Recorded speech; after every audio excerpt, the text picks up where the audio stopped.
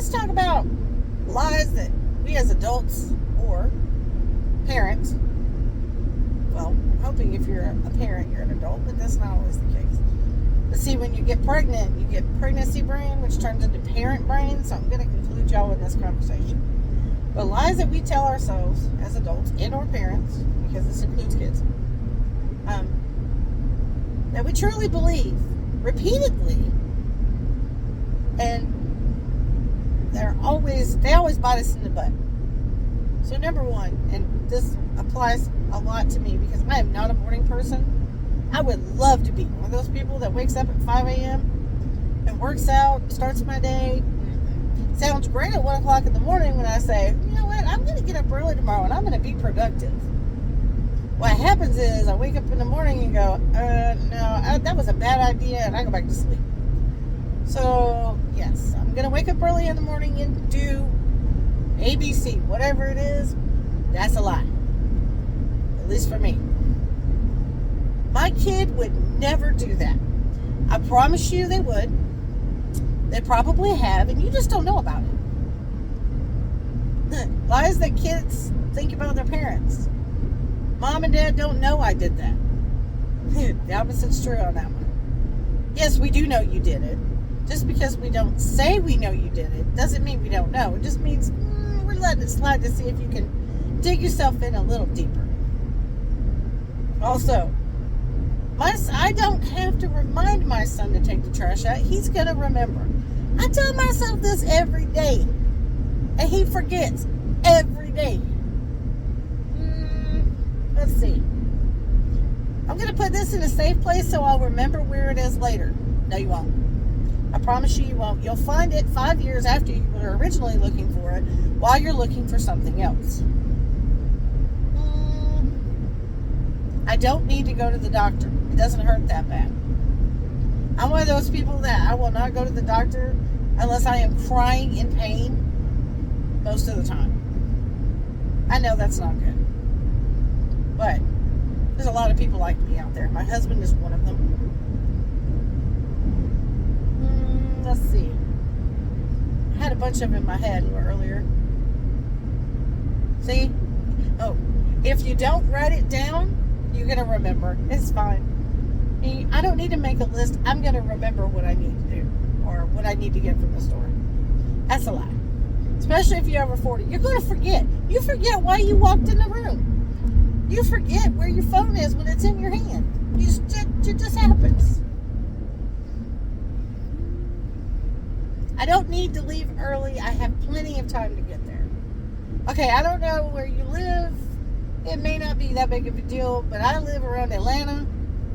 And yes, it is a big deal. You need to leave early. You probably need to leave earlier than you think you need to leave because I promise you somebody's going to get an accident or traffic's going to be crazy and you're going to be late. So just put an extra 15, 20 minutes in your time because you're going to need it.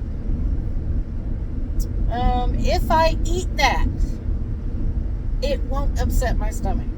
Not this time. I'm bad about this one. There are certain things that I can no longer eat. And I think it's funny as you get older, really innocuous things that you don't think are going to affect you start affecting you. You know, like tomatoes. Why do tomatoes give you heartburn? I don't know, but they do. But you tell yourself that all the time. It's like, I can eat this, it'll be fine. 2 hours later, you're lying on the floor in the bathroom, or you're just miserable because your gallbladder is now ticked off because you've eaten something that's irritated. It's bad.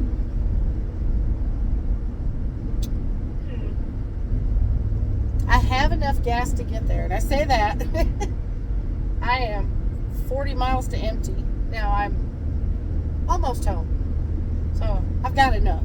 But many times I'll be like, oh, I'll be fine, and then I'm looking down, I've got 5 miles left. Another one. My husband will remember to put gas in the car. No, he won't. I promise you he won't. And sometimes it's the other way around, because sometimes it's the husband going, well, my wife will obviously, if she'll see it's almost empty, she'll put gas in the car. No, she won't. Nope, some people just aren't wired that way. They don't think about it. It's like, men, how can y'all walk past the same thing on the floor? You know it doesn't belong there. And this goes back to the garbage thing, because my son will walk up to the garbage, throw something away. It is like literally the top of the trash can is screaming because it can no longer stay closed. And walk away and not even think about the fact that, oh, you know what? The trash is full. Let's take it out. Men in general, just y'all are so unobservant. Seriously. Like, I don't understand it. It's like, walk past the same piece of trash on the floor 15 times, never see it. Or the same sock, or whatever. Just, I tell you, baseball stats from 1963, they remember all that, but yeah, they ain't gonna see that sock on the floor. I don't need to take my dog out because she's fine. She just went out. She's not going to pee on the floor. My dog hates me. I'm convinced that she is on a rampage against me this week. I don't know what it is. My 6-month-old pit bull puppy. Every time I walk out of the room, she craps on the floor. I don't understand what the deal is. I don't know if it's, I'm mad at you because you're not in here with me and I can't come in there with you. And I don't want to crate her all the time because, I mean, just like, she needs to get her energy out. She needs to play and everything else. But we take her out on a regular basis. But why? Just whine. Fuss something. We got her this little doorbell. It's on the wall next to the baby gate that leads into the foyer to the front door. For obvious reasons, my office is in there. She doesn't need to be able to get in there and tear up my stuff. So we have her gated off, but there's a doorbell. She rings the doorbell when she needs to go to the bathroom. What it's turned into is, this is my doorbell for everything I want in life. And there's one on the front door, or next to the front door gate, and there's one on the back door. And she will get bored and run from the front door to the back door, to the front door to the back door. Or if I go in my office, which is gated on the other side of the gate, she'll be like, Mom, ding ding, Mom, ding ding. No. Like, really? And then she'll turn toddler.